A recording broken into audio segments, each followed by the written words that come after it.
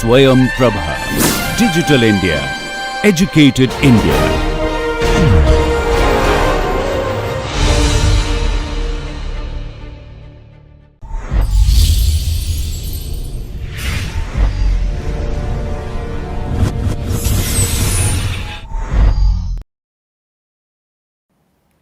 In the last lecture, we saw some of the concepts such as consistency and stability and convergence, which are required for us to ensure a good solution by way of ensuring that the equation that we are solving, the discretized equation, is a good approximation of the proper differential equation that we are trying to solve, and also by ensuring that in the process of evolving time step by solving the discretized equation numerically using finite precision arithmetic, we are not compounding the errors which have been made in approximating the derivatives at different times and different space steps. So, we were looking at those concepts so as to get a proper understanding of why the numerical solution seems to be behaving in so odd way for the simple problem that we considered earlier, which is the one dimensional linear convection equation. Okay. Apart from those, we would also like to consider a few other properties before we come back to the analysis of consistency and stability. And obviously, the first property that we think about for a numerical scheme is the order of accuracy. In fact, this is what we started with, and this, when we say order of accuracy, we mean error due to discretization and error due to approximation of the derivatives with finite difference approximations. And so, this is essentially the truncation error, and it is the order of the leading terms in the neglected Taylor series expansion. So, the leading term in the Taylor series expansion, for example, for the FTCS method is varies as delta t in the for the time derivatives, and for the spatial derivative for the 1D case, the leading term has varies as delta x square. So, that we have a first order in time and second order accurate in space kind of approximation for the FTCS numerical scheme for that particular 1D wave equation. Okay. We also noticed earlier that non-uniform grids may reduce the accuracy by an order of magnitude because of the way we compute the error in terms of delta x I and delta x I minus 1, and sometimes it is the difference between the two that comes into picture, and when the difference is large, then we effectively lose an order of magnitude. If they are of the same order, if delta xi is very close to delta xi minus 1, then the difference will be very small. But if the two are very large, as in the case of sudden variation in the delta x, then the difference can be large, and you could have you could lose that dependence on the delta x being very small at that point. And we also made the mention that higher order schemes reduce error only on sufficiently fine grids, and higher accuracy does not mean a better solution, and we will see later on if you have second order or higher order schemes, these may lead to unphysical oscillations in some cases. Okay. And these oscillations is a property that we are going to discuss next. And in the general case, the order of accuracy can be obtained by successively refining the grid and expressing error as varying with respect to delta t to the power p and delta x to the power q. So, if you have a numerical scheme and it is difficult to find analytically the order of accuracy and all that, and if you are looking at not in terms of order of accuracy for a particular derivative, but for the solution, then you could compute the solution on successively finer and finer grids, and you take the finest grid as the best solution, and then you can, for each grid you can find the error in the value of your interest, maybe the heat transfer coefficient, maybe the net drag coefficient, or whatever it is, you express that the error in that as the difference between the value computed on the finest grid minus the value computed on the grid that you are currently estimating. And if you then express that variation of error with delta t and delta x as in a power law series, then you could get effectively the exponents p and q, which will tell us, as far as this particular variable is concerned, what is the order of accuracy of this particular numerical scheme. So, this is another way of estimating it. In the properly done case, we expect the exponent values of p and q, for example 1 and 2 in this particular case, to be the same as what we would get from a Taylor series expansion. In the case of already sufficiently fine grids and smoothly varying u or t and all that. Okay. And we also saw the finite volume method in the second example of flow in a triangular duct, and there the order of accuracy depends not only on the approximation of the derivatives, but also on the evaluation of the surface and volume integrals. There are also some inaccuracies introduced, and usually that is of second order accuracy. If you are looking at schemes which are third order, fourth order and things like that, then you have to worry about how well you evaluate the surface and volume integrals. Okay. So, this is about the accuracy, which is a property of a numerical scheme. If you change the numerical scheme, then the accuracy will change, and if you change delta t or delta x, it will change. If you change the way you define the derivatives, then the numerical scheme changes, and therefore the accuracy also will change, may change. Another property which is also very important is the conservation property. This is something that comes especially in the case of finite volume methods, where we express the terms in the scalar transport equation in terms of fluxes. We have a convective flux and we have a diffusive flux, and the diffusive and convective fluxes are evaluated at the faces of these control volumes. For example, if you are looking at I being the point at which you want to evaluate the flux, usually flux is, in the case of convective flux, it is determined by the velocity at which it is coming in and the value of the variable. But in the case of diffusive fluxes, then for example temperature gradient or the concentration gradient will tell us what is the heat flux and then mass flux respectively.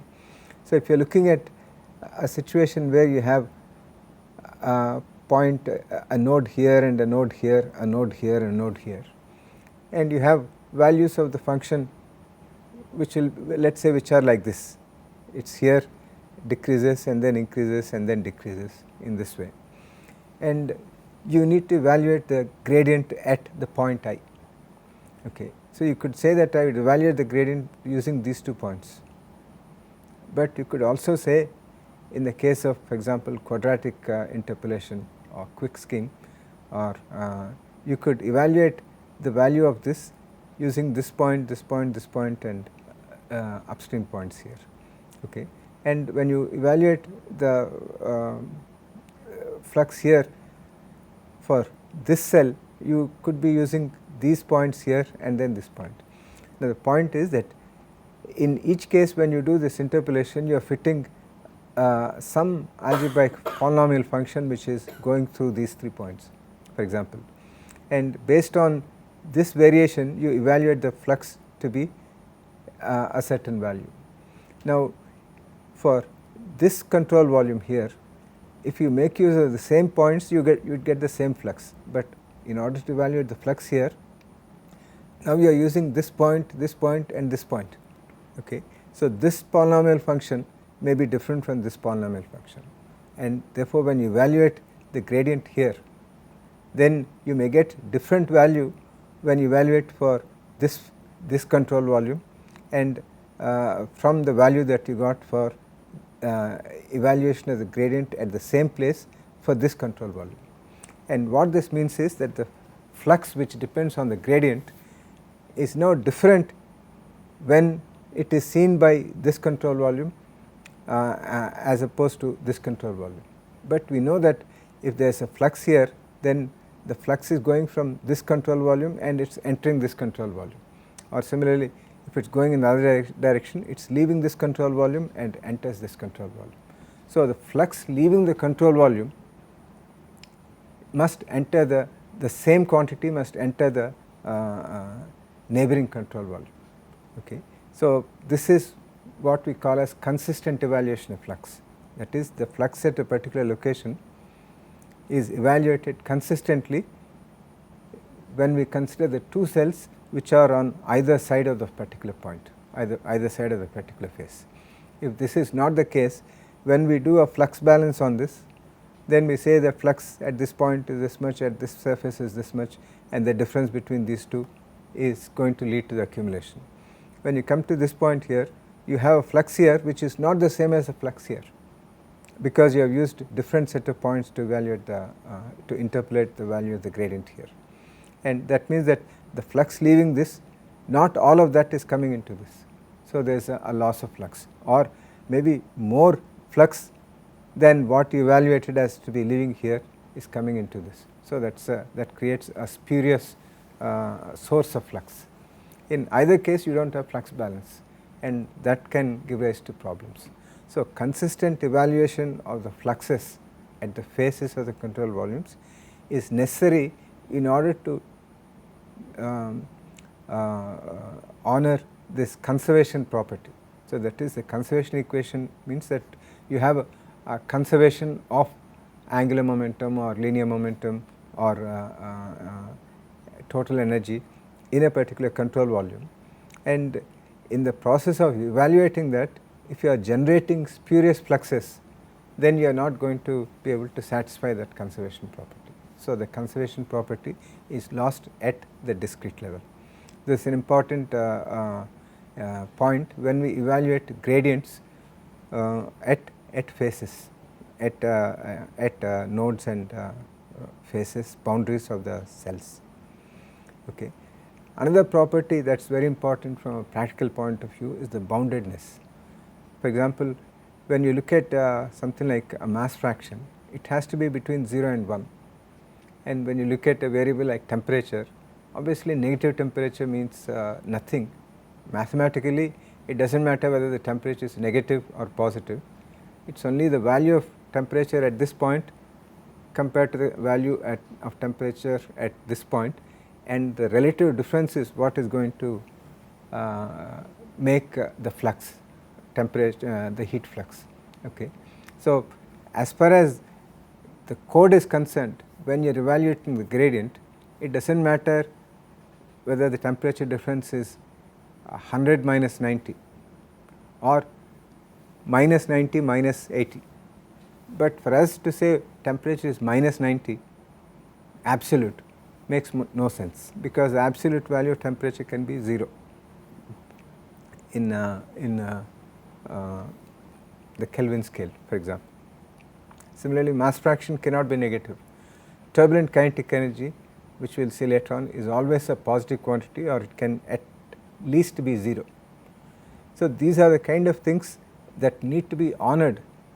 The value of the variables, in this case the mass fraction and kinetic energy, these are bounded to be in a certain limit. Okay. In this case, it is bounded to be greater than or equal to 0, it cannot be negative, and here this is bound between 0 and 1.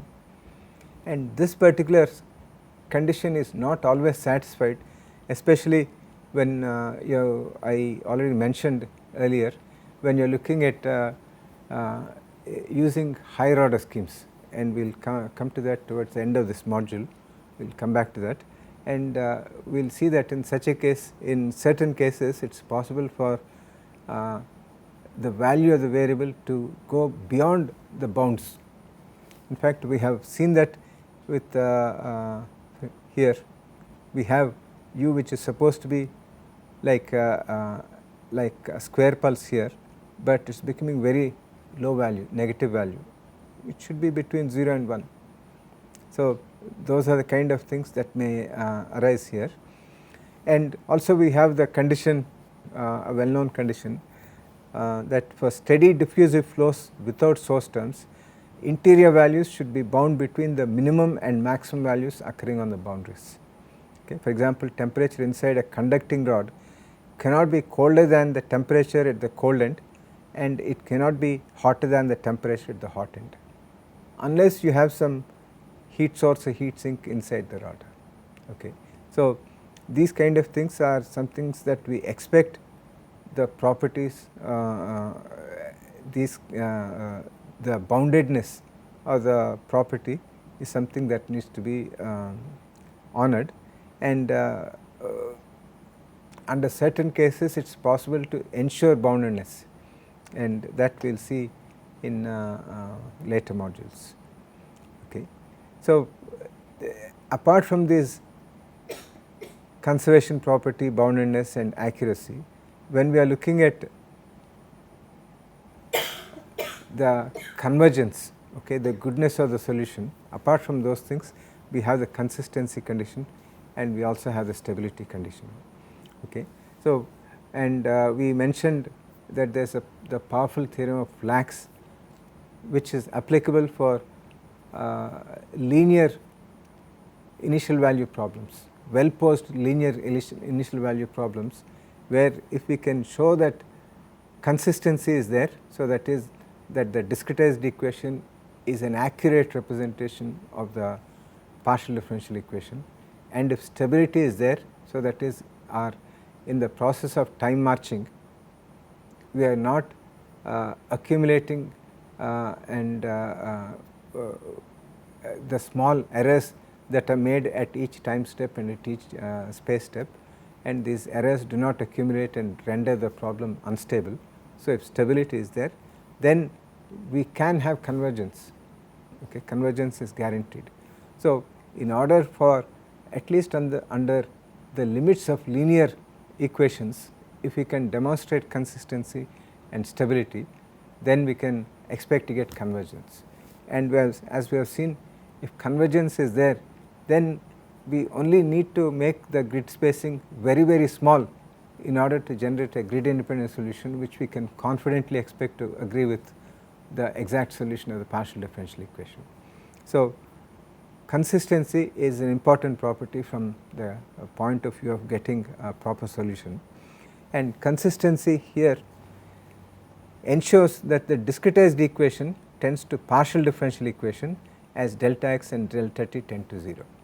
Okay. So, if you have a discretized equation and a partial differential equation, the difference between the two is the truncation error. Okay. So, you can say PDE is equal to DDE plus the truncation error. So, if the truncation error goes to 0, then we can say that the DDE approaches PDE as delta x and delta t tend to 0. Okay. So, a consistent scheme means that we are solving the correct equation in the limit of very fine grid spacing in both delta x and delta t and delta y, delta z as applicable. Okay. So, this condition of consistency can be verified by formal Teresi's expansion.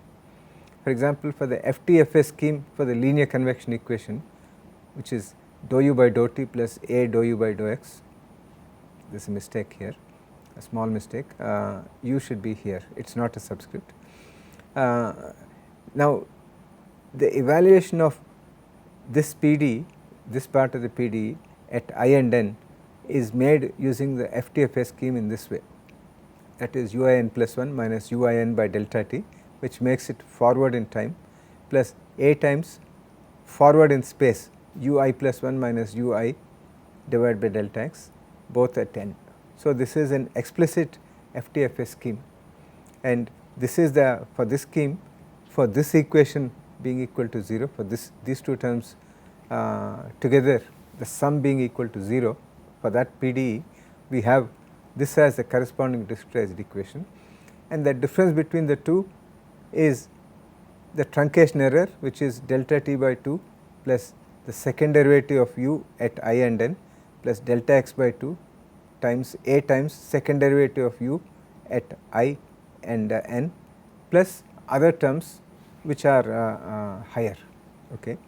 So, of higher order accuracy. So, this makes the whole scheme first order in time and first order in space.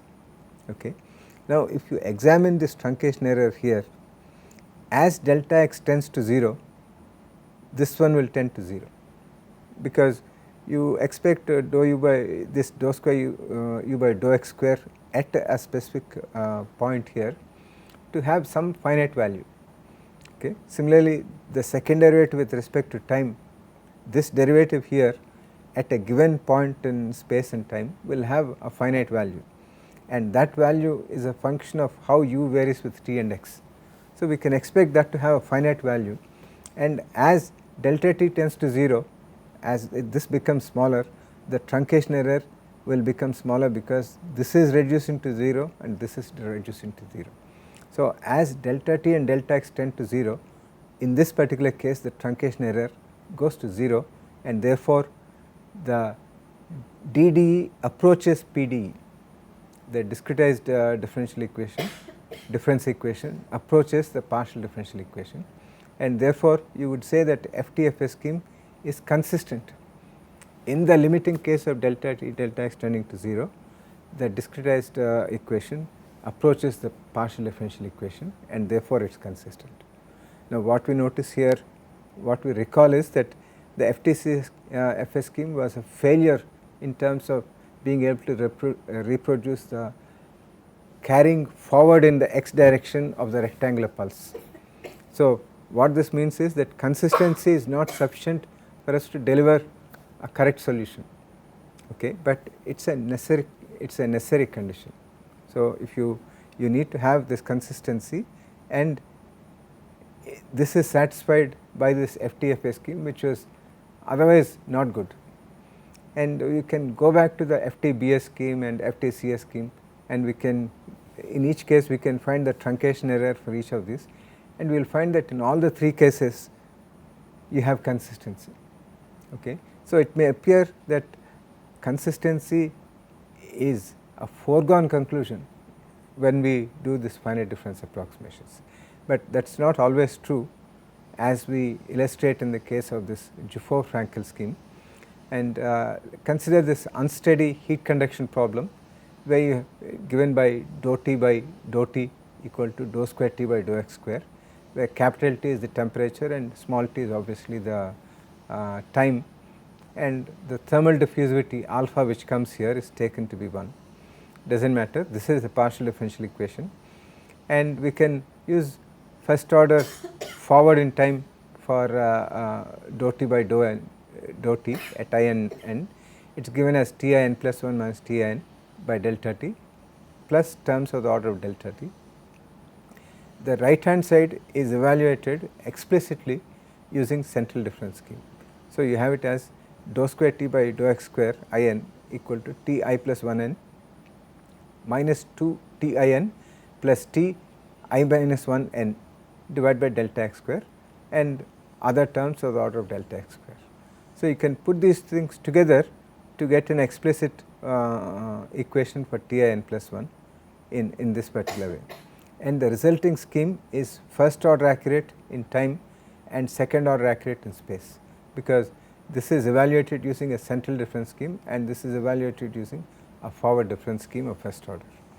Now, we can make a simple substitution here. We can say T I n is equal to T I n minus 1 plus T I n plus 1 by 2. So, that is the value of T I at time step n here is being taken as the average of the value of T I, T at the same location I, average of the previous time step and the next time step, and that seems to be okay, because we have that is a central difference. So, that is a second order approximation. So, that should be okay.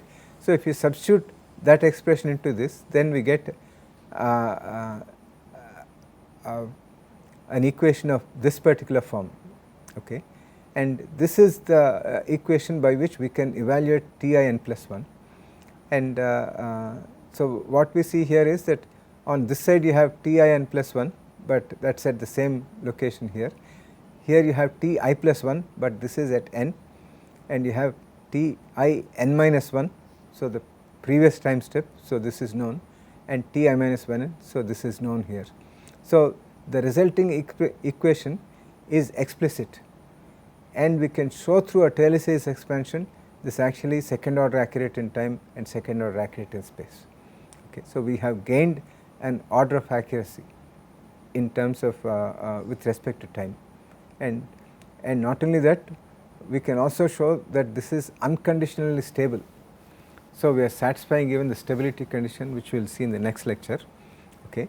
But if you look at the truncation error for this, so that is the DDE minus PDE, then through Taylor series expansion we can show that it is of this particular form, where all the derivatives are evaluated at I and n. So, at the same x and t location. So, this, if you notice here, this is given as minus delta t square by 6 times the third derivative with of capital T with respect to time, okay, plus delta x square by 12 times dou square t, this is capital T here with respect to space here, plus delta t square by delta x square dou square t by dou t square minus delta t 4 by delta 12 delta x square dou square dou 4 t by dou x 4 and so on like this. Now, if you look at this expression here, as delta t tends to 0, this term will tend to 0 because this will be a constant and this becomes smaller, and again this term here is becoming smaller and smaller, whereas this term will have a certain value, and so this also goes to 0. Now, if you look at this term here, this term will have a constant value dou square t by dou t square, but this term here is not going to 0 unless you keep delta, you reduce delta t, but you reduce delta x faster. Okay. For example, if you take a delta t of 0.1 and delta x of 0.2, and then you reduce this by a factor of 2, reduce this by a factor of 2, keep on reducing both in order to meet this consistency condition, then this may become 0.0001 and this may become 0.0002, but the ratio may still be 1 by 2. Okay. So, in that sense, as delta t and delta x tend to 0 as a square here, delta t square by delta x square, it is not necessary that this term goes to very small value. Okay. So, that makes this one not going to 0, okay, not necessarily going to 0 here. Whereas, if you look at this term here, you have delta x square and this is delta t to the power 4.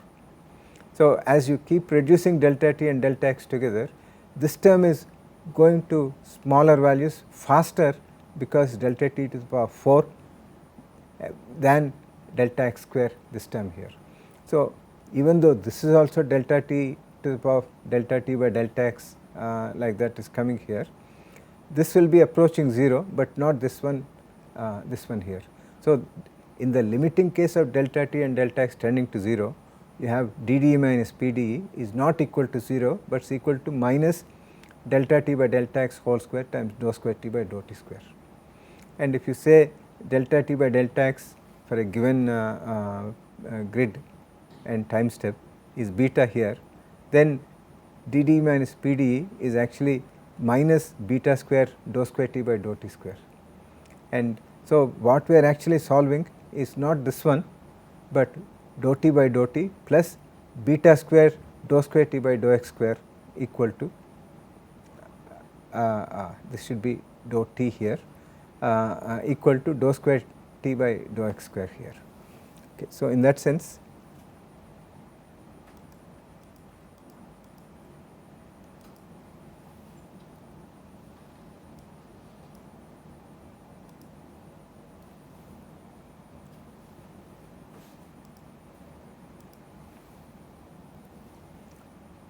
so there we have it. So, this is the actual equation that is being solved and not this one. So, in that sense, in the limiting case of delta t and delta x tends to 0, although we started out with this partial differential equation, what we are actually solving using the Dufour-Frankel scheme is this equation. Okay. If we are using FTCA scheme, which is this one, we will be effectively solving this, because in that case this term will go to 0, this term will go to 0. But using Dufour-Frankel scheme, which we got by making this approximation here, we are getting into consistency problem. So, even though the Dufour-Frankel scheme has other things which are to its advantage in terms of unconditional stability for an explicit method, and also second order accuracy with time with respect as opposed to first order accuracy here. Despite all the advantages, it is inconsistent. So, this is in this way inconsistency can creep in because of the assumptions that we make, certain assumptions that we make like this, and it does not happen all the time, but in some cases because of the interplay between the time derivatives and space derivatives, you may get into this inconsistency here. So, we have to be careful about inconsistency, and we can verify a given scheme, we can verify the inconsistency by Taylor series expansion of the corresponding terms and look at what is the truncation error and examine whether the truncation error goes to 0, whether each term of the leading truncation term of the truncation error goes to 0 as delta t, delta x, delta y tend to 0 independently. Okay. So, in the next lecture we will look at the stability problem.